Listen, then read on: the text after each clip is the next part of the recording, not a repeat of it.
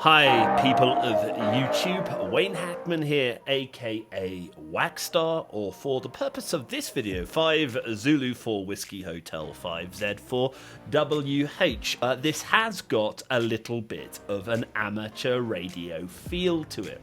A number of weeks ago, I bought myself a DX Commander Classic, and you'll see 2 videos. I'll link them up there maybe, I don't know.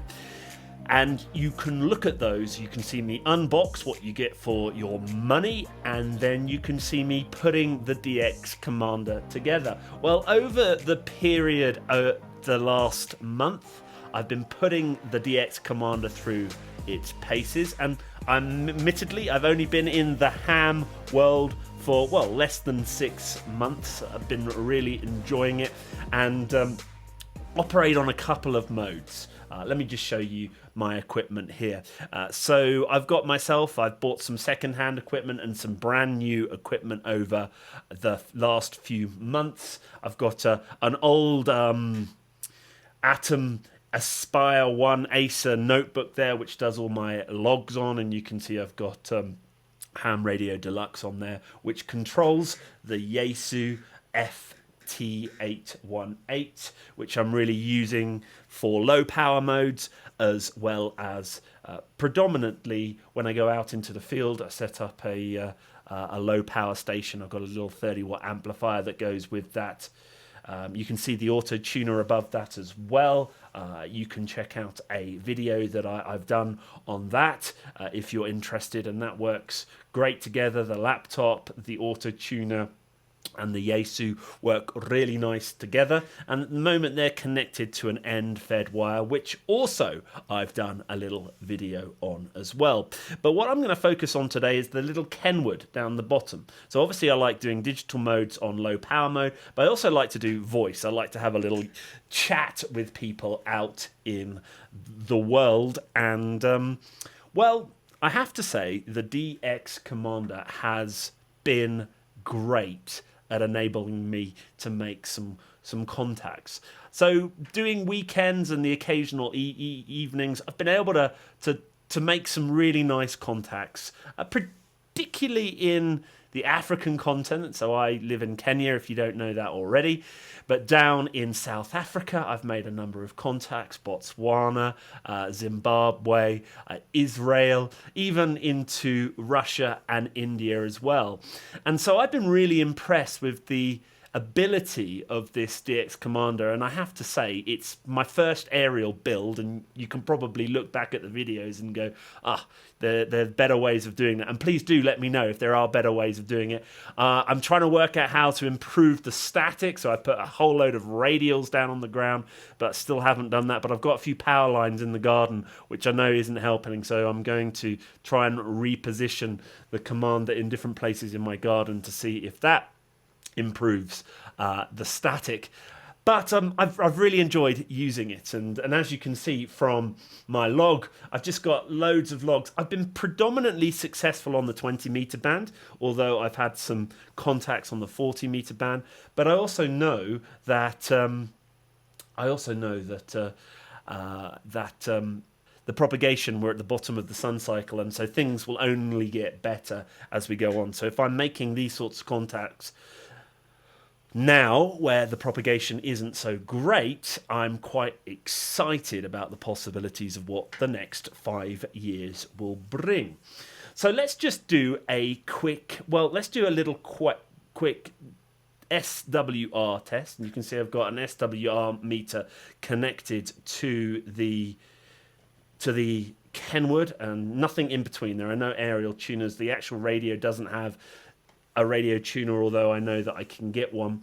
And I just want to give you an example of, well, what the forward power is and what the reflective power is. I've obviously set it on to 10 watts because I don't want to trump over anyone that's doing this. But I want to give you an example of what we're doing. So here we go. We're on 3.5 megahertz here on the 80-meter band.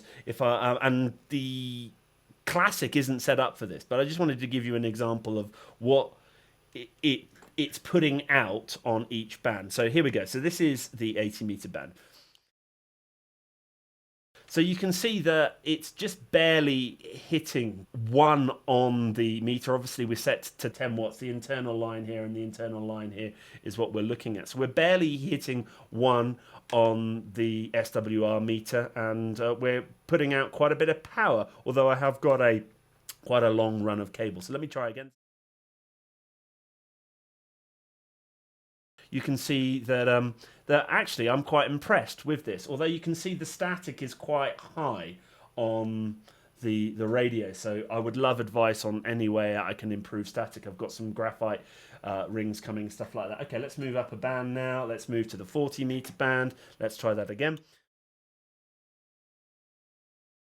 So you can see full output, but barely moving the reflected power needle, which I'm really pleased with. Again, though, static is quite high on this, and I'm being quite new to the hobby of working out ways of improving that. Okay, let's go up to the CW and digital only. So you see when I key down, you can see it's giving me the full 10 watts of power, but again, barely hitting 1 on the meter. So from what I understand, that's perfectly acceptable. The band that I use most here is the 20 meter band, and let's see what this looks like as well. So you can see there that again the reflected power is not even registering, which is really impressive. I basically have cut the wires to what is written in the DX Commander crib sheet that you're given. Okay, let's go up a little bit further. Let's see what it does on this band. Again, nothing moving. Keep doing this. And you can see again, no movement whatsoever. No movement whatsoever. Keep going. A little bit of movement on the reflected power, but not a lot. Wow. I am super impressed with this Commander. And as you can see, the proof is in the pudding. You can see that my log, and again, I'm only doing perhaps a few hours a week on Saturday, Sunday, a few evenings. So I'm not pushing it hugely. Most of those are CQ calls. Some of those I've been able to break into and make contacts. So I have been really impressed with the DX Commander so far. For my first aerial outside the pre-built one that I reviewed, the pre-built NFED, I'm really impressed with it, and I'm looking forward to making even more contacts across the world as we see the propagation improve. Anyway, thanks for watching. Really appreciate you giving me a like, a subscribe, comment. Let me know what I can do better and what I can't do better. Don't be the guy that tunes in and says it's a load of rubbish. Everyone likes to be your friend. And just let me know. I want to improve on my ham radio skills, and the only way that I'm going to improve is people like you just dropping a comment saying, hey Wayne, look, have you thought about this? Have you thought about that?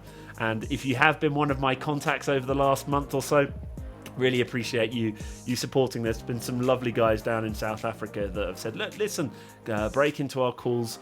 We meet on this particular day, and looking forward to just having a good yarn with people out there, as well as doing some digital work as well on my Yaesu, but that's a video for another time.